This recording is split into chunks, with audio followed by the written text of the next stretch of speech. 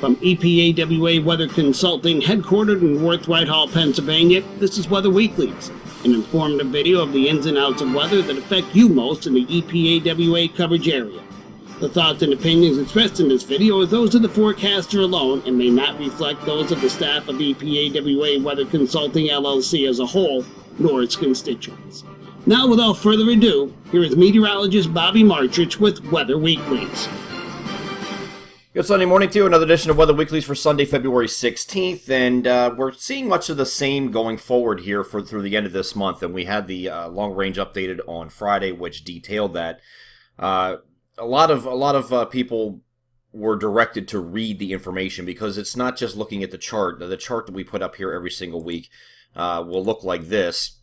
And a lot of people just look at the chart and they'll say, oh, okay, and then just make their conclusions based on the chart. This is just a guide, and then we go through the detailed precipitation and pattern/temperature discussions that kind of gives you a background of where we're coming from, how we arrived at our forecast, and a little bit more detail on what to expect in these time frames listed here. So if you look through the end of this month, you're seeing a lot of red here. We do have some transient shots of cold air. We had one that was with us Friday and Saturday when this outlook was written, so this first one is already gone. But you see are largely red here, near or above average going forward, and for some pretty extensive periods. We have the 16th to the 18th this week that we're going to be slightly above to above average, and then, of course, 16 is today, that's through Tuesday. Then we're near average Wednesday, and then slightly below average here to end the week with another shot of cold air coming in, very similar to what we just had. Might not be quite as cold, though, in the overnight like we had on Friday night and Saturday morning, but we'll be slightly below average during that period, and then we have the 22nd to 28th slightly above to above again. So we're largely, most of the time, above average to the end of this month. Then, this is what caught people's attention here. We had transition here on the 29th near average, then the first week of March we have slightly below average.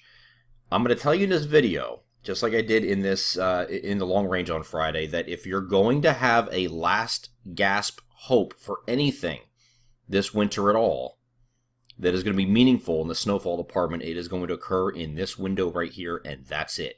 Because after that, we're back to near average. But near average in the second week of March, like we're showing here, near average really doesn't cut it for snow this time of year, because you have and once you get into further deeper into March, the temperatures keep going up, and they have been going up here recently, slightly, but they've been going up from where they bottomed out in early January.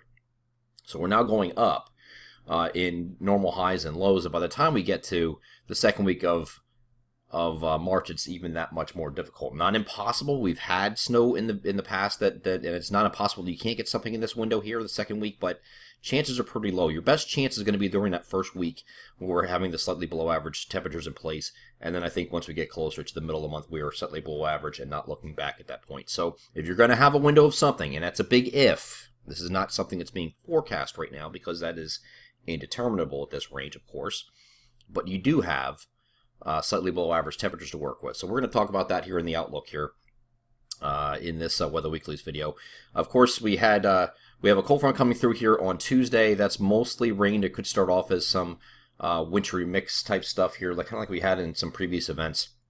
This is just a cold front moving through, though, so not a lot of precipitation with it overall, but it could start off a little bit wintry when you get up by I-80 and points north up to the Pennsylvania-New York border.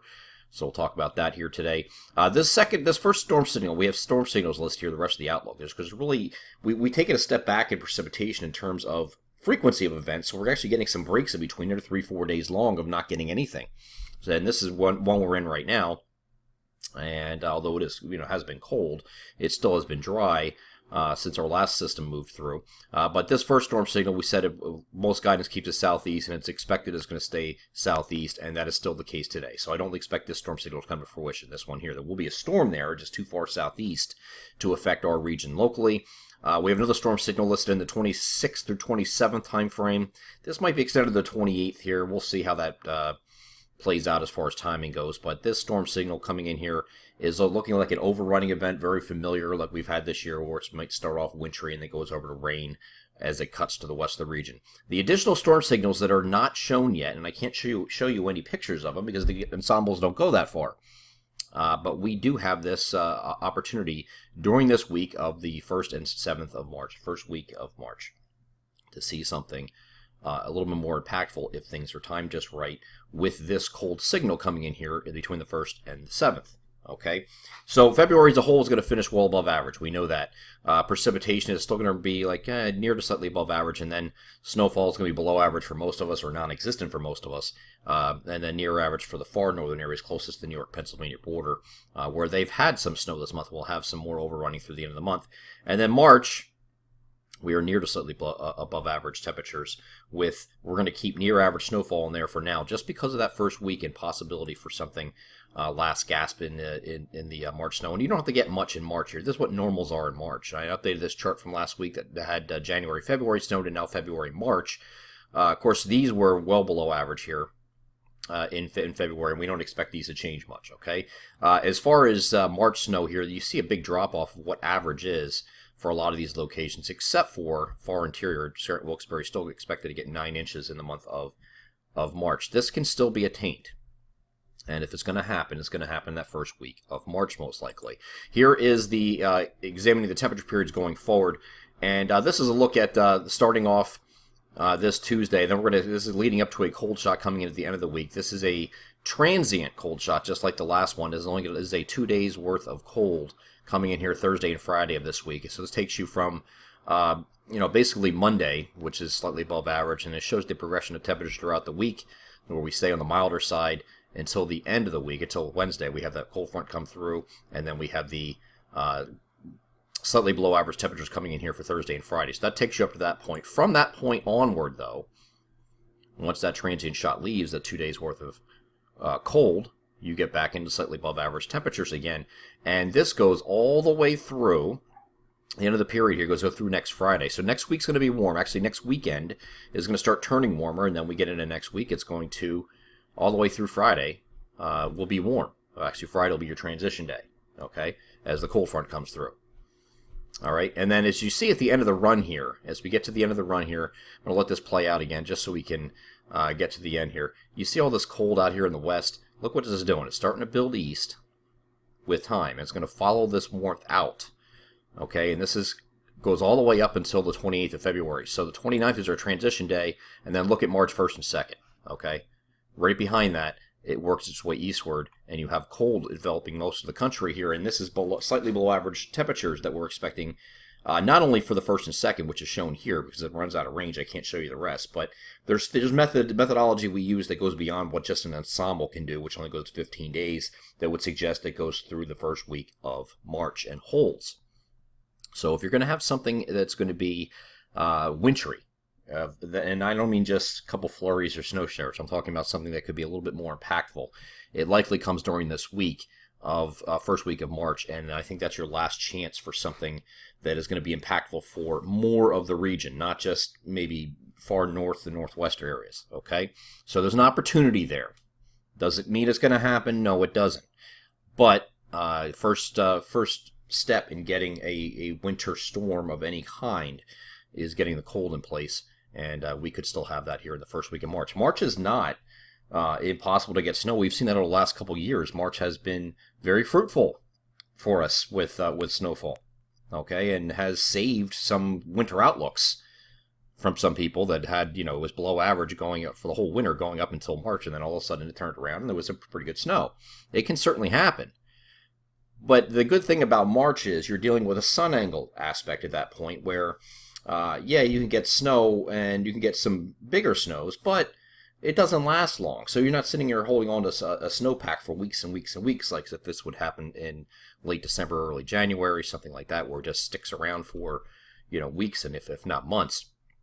This is not going to happen in March because the sun angle will help get rid of that. Okay, especially if temperatures are going to be moderating heading into the second week. So here's the reason why we think this is possible. This is one of the big reasons. Teleconnections right now are very poor. Arctic oscillation is very strong, which is means all the cold air is bottled up near the polar regions north of the Arctic Circle, so it's just stuck there. It can't really make its way down except for these little transient shots, and that's all you get. Okay, there's no ridge out in the western U.S. There is no negative EPO, which is you can get a cross-polar flow going and get some cold air down that way. Okay, and there's no blocking in the Greenland region. So because of that, the teleconnections are very poor. What can turn this around a little bit, at least temporarily, and this is only going to be for about a week or so if it happens, is if the Madden-Julian oscillation can cooperate. Now, we've been hanging around, we're in phase 6 right now, we're right here. Phase 6 is a warm phase, all right, and you can see that here. Here's phase 6. It's a warm phase. So is phase 7 this time of year, okay? This is not January, so phase 7 is not cold or transitional. Now, the European model takes this back into the circle of death, and then eventually gets over to just touching phase 8 for a couple of days, and then it goes into the circle of death again. Well, that couple of days would be enough to at least get the pattern into something a little bit more favorable, and you can get some colder than average temperatures in that look. The GFS ensembles do something very similar, but they take it outside the circle and bring it into phase 7, and then loops into 8 like this, and then heads back towards 7 in that direction. That's basically what the GFS ensembles, the bias-corrected GFS ensembles will do. So it's very close and very similar in general idea, except the GFS takes it into phase 8 a little bit stronger than does the European ensemble. Either way, this is still a good phase for, and you can see most of these, let's see the spaghetti plots, these yellows. Now, this is the mean in the middle. Look at most of the spaghetti plots that are taking it into 8, and for a little bit longer than the mean shows here. So you can't just look at the mean, which is the green line in the middle. Look where all the spaghetti plots are. They're all pointing towards phase 8. So, we have a pretty good idea that it's going to be in phase 8, but just temporarily for about a week or so, 5 to 7 days, something like that, and then it heads back into the circle of death after that point, which would mean there's going to be some moderation, and the rest of the pattern takes over, which is your poor teleconnection. So you get that kind of back. So if you have a window of opportunity here, it's going to be during that first week of March. Now, going back to our long range table here, I wanted to show you that because we have a couple storm signals outlined here. Again, this first one here is scratched. That's going to stay southeast of the area. We're pretty confident in that. We're watching. The storm signals we're going to be watching are going to be this 26th, 27th time frame. Might even bring this to the 28th. But this is that first storm signal. I don't think this is coming at a time, though, where the temperatures are going to cooperate. See what we have here? Slightly above average temperatures in this time frame. So if you're going to get something when wintry, it's going to be a very familiar thing where it's overrunning. You might get northern areas get some snow to start, going over to rain and then rain elsewhere. And I think that's what you're going to be dealing with this one, a cutting system. It's a storm signal, does not mean it's going to be wintry. But this one here, the additional storm signals that are listed in here between the 1st and 7th will be coinciding with this slightly below average period. So it has to be watched for something during that week. And we just don't have the specifics on that because the ensembles don't run that far just yet. But there are indications that will at least be colder than average. And as long as you get the colder than average air in place, you have a fighting chance at least. Okay, so here's the storm signal versus winter storm graphic I placed in the last couple outlooks.